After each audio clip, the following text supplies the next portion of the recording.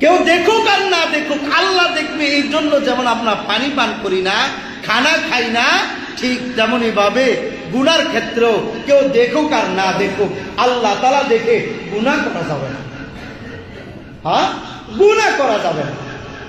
একা একা বসে বসে মোবাইল টিপতেছি, কেউ দেখুক আর না দেখুক, কে দেখেন? কে দেখেন? আমারটা আমি ইয়ারফোন হেডফোন লাগে কি শুনছি, কেউ শুনুক আর না শুনুক, কে শুনছেন? আমি অন্তর দিয়ে কি চিন্তা করছি, কেউ জানুক আর না জানুক, জানেন কে? আল্লাহ। আল্লাহ তাআলা মুত্তাকি বানানোর জন্য আমাদেরকে রমজানুল মুবারকটা দিয়েছে, যেন আমরা মুত্তাকি হয়ে যাই, তাকওয়া অন্তরের মধ্যে চলে আসে, আল্লাহর ভয় চলে আসে।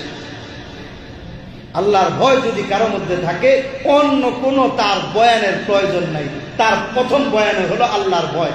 দুনিয়ার পুলিশকে ভয় করে, যেমন চোর চুরি থেকে দূরে থাকে, ডাকাত ডাকাতি থেকে দূরে থাকে, নাফরমান নাফরমানি করা থেকে, অন্যায়কারী অন্যায় করা থেকে দূরে থাকে। কারণ কিছু হলেই তো থানায় যেতে হবে, লজ্জার বিষয়। মানুষ দেখবে থানায় নিয়ে গেছে, চুরি করে ধরা খেয়েছি, ডাকাতি করে ধরা খেয়েছি, অন্যায় করে নাফরমানি করে ধরা খেয়েছি। যেমন লজ্জা, ঠিক তেমনই ভাবে আমার আপনার গুনাহ করার সময় এই লজ্জা থাকা দরকার।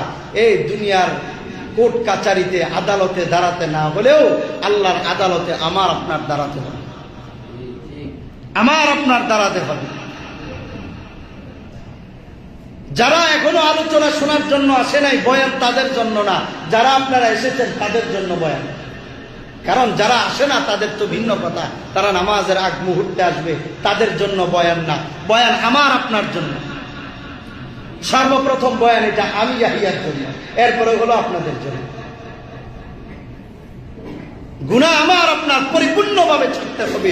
গুনাহ না ছাড়লে এই রমজানের রোজা দিয়া কোনো কাজ নাই, কোনো ফায়দা নাই।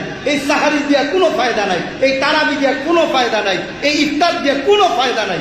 হ্যাঁ, রোজা একটা না, রোজা 1 মাস নয়, রোজা যদি 12 মাস রাখেন, গুনাহ না ছাড়েন, এই রোজার কোনো ফায়দা নেই।